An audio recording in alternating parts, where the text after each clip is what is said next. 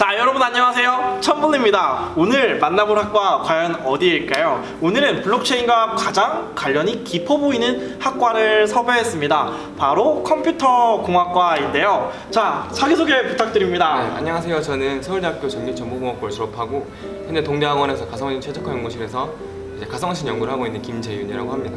저는 올해 초에 이제 서울대학교 학회인 디사이퍼를 만들어가지고 운영하고 있습니다. 아유, 오늘 좀 약간 긴장하신 것 같은데 말이 너무 좀 빠르신 것 같아요. 자, 그렇다면 과학과도 있고 네. 컴퓨터 공학과도 있고 좀 나뉘는 것 같아요. 네. 컴퓨터 과학이랑 공학은 어떤 차이점이 있는 거죠? 네, 이제 컴퓨터 공학이라는 거는 현실의 문제를 풀어내는 학문이거든요. 근데 이 현실의 문제를 어떻게 푸냐는 차이점이 컴퓨터 과학과는 수학적인 방법을 통해 가지고 현실의 문제를 풀고요. 컴퓨터 공학은 좀 더 공학적인 방법으로 문제를 풀어나가요. 다시 말해서 어떤 문제가 발생했을 때 이제 컴퓨터 과학은 이 문제가 수학적으로 풀 수 있는가, 그리고 풀 수 있는가 없는가도 검증을 하고요. 풀 수 있다면 어느 정도의 시간 안에 어떻게 풀 수 있는가도 이제 알아내는 학문이라면은 컴퓨터 공학은 예를 들면은 딥러닝을 예를 들 수가 있는데요. 딥러닝 같은 경우에 이제 사람의 뇌를 모방해가지고 모델링을 해가지고 문제를 이제 풀어봤더니 왜 잘 되는지는 모르겠지만은 잘 되는 거예요.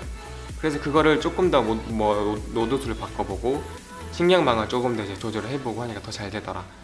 그러면은 원리는 잘 모르겠지만 이렇게 잘 되네. 그렇게 해가지고 문제 풀어내는 학문이 컴퓨터 공학이라고 볼 수 있습니다. 아, 그러면 실질적으로 어떠한 더 편한 모델들을 만드는 게 컴퓨터 공학이라고 할 수 있겠네요. 네네.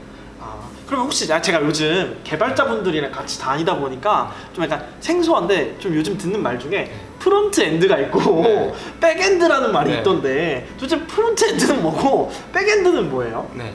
보통 프론트엔드와 백엔드 구조라고 했을 때 보통 프론트엔드는 이제 사용자한테 보여지는 것들을 의미를 하고요. 백엔드는 이제 사용자들이 못 보는 것을 얘기를 하는데요.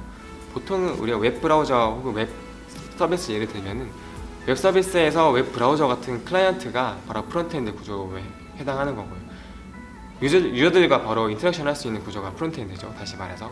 근데 백엔드는 이제 유저들이 못 보는 곳에서 모든 유저들이 다 똑같은 동일한 데이터를 공유할 수 있도록 만들어주는 일종의 데이터베이스를 가지고 있는 동결을 시켜주는 서버라고 볼 수 있어요. 그러니까 우리가 뭐 네이버라든지 인터넷 익스플로러라든지 어플리케이션 뭐 카카오톡이라든지 네. 이렇게 우리가 소비자들이 직접 보는 것들을 네. 이제 프론트엔드 단이라고 부르고 예를 들면 네이버 검색창에서 어떤 검색어를 했을 때 그 검색어를 가지고 오는 곳이 백엔드, 그러니까 그렇죠. 사람들이 보지 못하는 그런 구조, 그렇게 나뉘어져 있다 인 거죠. 이제 블록체인은 P2P 형태로 이루어지게 돼 있어요. P2P는 이게 누가 뭘 갖고 있는지가 명확하지가 않거든요. 그래서 처음에 물어봐야 돼요. 주변 이제 피어라고 부르는 주변 이웃들한테 너 이 데이터 있니? 물어보고 있으면 받아오고 없으면 다른 애한테 물어보고 이런 식으로 서비스가 이루어지는데 이게 바로 이제 블록체인의 구조거든요. 이 사람들이 악의적인 행동을 못하도록 하는 인센티브 구조라든가 게임 이론 같은 게 이제 기술단의 프로토콜 레벨로 들어가게 되는 거죠. 옛날에 토렌트 같은 경우는 그 토렌트를 운영하는 중앙인 주체가 얘가 자꾸 거머리짓하네 하고 블랙리스트에 넣어버리면 되는데 블록체인 같은 경우는 그런 블랙리스트에 넣어줄 만한 검증 주체나 중앙 주체가 없기 때문에 이 모델을 설계하는 것 자체에서도 이런 애들이 없어질 수 있도록 뭐 비트코인 같은 경우는 게임 이론을 통해서 인센티브를 못 얻어가게끔 만들어 놓고 막 이런 추가적인 장치를 아예 구조에서 넣어놨다. 이렇게 정리할 수 있을 것 같아요. 자, 그렇다면 컴퓨터 공학 기존에 하던 친구들이 블록체인을 딱 접한다고 하면 좀 생소하게 느껴질까요? 아니면 많이 들어봤는데? 라고 느낄까요? 블록체인을 컴퓨터 공학을 원래 하던 사람이 하게 된다면 사실 전혀 새로울 게 없어요. 새로울 게 없어요? 네, 새로울 게 없죠. 그럼 옛날에 어떤 기술들이 있었던 거죠? 옛날에 블록체인 기술 잘 들여다보시면 제가 좀 전에 P2P 말씀드렸잖아요. P2P 10년 전에 이미 연구가 다 끝났던 연구이고요.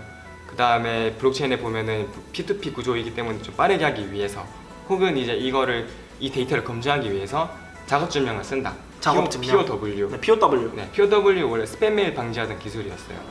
네. 그리고 뭐 샤딩 같은 거 쓴다. 샤딩에서 데이터 나눠가지고 빠르게 만들겠다. 샤딩 이미 데이터베이스에 원래 데이터를 나눠가지고 저장하는 방식이었어요. 네. 뭐 가상머신 이미 여러분 많이 쓰고 있어요. 뭐 자바스크립트 이런 것들이 이미 많이 개발돼 있고 정말 좋은 가상머신들이 많이 개발돼 있는데 블록체인에서는 이제 가상머신은 좀 라이트하게 쓰긴 하지만 어쨌든 들어있죠. 이런 기술들이 그냥 융합된 형태라고 보시면 돼요. 원래 다 있었던 기술을 네. 다 융합시킨 거기 때문에 네. 컴퓨터 공학을 하던 친구들한테는 별로 생소한 건 아니다. 네, 맞아요. 생소한 게 있다면 딱 하나 있는 거죠. 아까 설명했던 네. 그 프로토콜 단에 게임 이론을 넣는 거.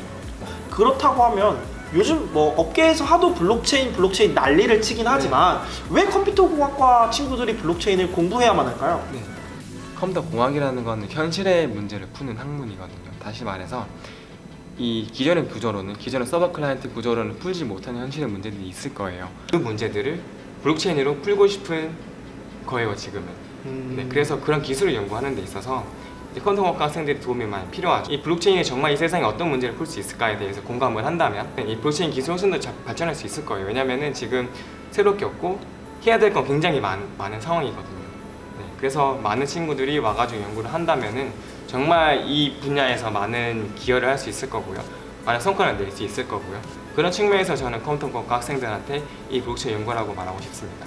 사례를 들자면 네. 뭐 기부가 너무 중앙화되어 있는데 이런 부분들을 탈중앙화 시켜서 좀 더 투명한 기부 시스템을 만들어 보자라는 사회적인 문제 인식에서 출발하는 블록체인 프로젝트들이 많잖아요. 네. 이런 것처럼 블록체인을 통해서 좀 더 잘 해결할 수 네. 있다라고 하면 블록체인을 이용할 수 있는 거네요. 네, 그렇죠. 혹시 컴퓨터 공학과 친구들한테 네. 조금 블록체인을 쉽게 공부할 수 있는 팁이 있다면 팁을 네. 좀 전달해 주실 수 있으실까요? 어떻게 이걸 공부를 해야 될지에 대한 어떤 정확한 가이드라인이 없거든요. 그래서 이 친구들이 공부를 하는 가장 좋은 방법은 제가 봤을 때는 저희 디사이퍼처럼 각 학교에 이 좋은 학회들이 있어요. 여기 쿠블도 있고. 네, 쿠블도 좋습니다. 네, 그런 학회들에 가셔가지고 이제 그런 친구들과 같이 공부를 한다면은 혼자서는 다 공부하지 못하는 되게 양이 사실 되게 많거든요. 모든 걸 다 볼 수가 없잖아요. 그리고 내가 공부한 게 맞는지 확인할 수 있는 방법이 필요해요. 그렇기 때문에 많은 사람들이 모인 곳에 가야 되고 그게 가장 좋은 게 이제 학교 있는 학회 같은 것들이죠. 그러니까 정보가 너무 흘러 넘쳐나고 있는데 네. 뭐가 좋은 정보고 뭐가 나쁜 정보인지 네. 알 수가 없으니까 네. 이제 선험자, 먼저 경험해본 사람들과 좀 검증받는 이런 기회가 많이 나올 수 있는 학회에서 공부를 하면 좀 더 빨리 공부할 수 있다라고 좀 약간 완전 꿀팁을 주신 것 네. 같습니다. 그래서 여러분 기억하세요. 디사이퍼랑 쿠블입니다. 네. 이렇게 학회 간접 홍보를 저 쿠블 얘기 잘 안 하거든요. 네. 네. 그럼 네.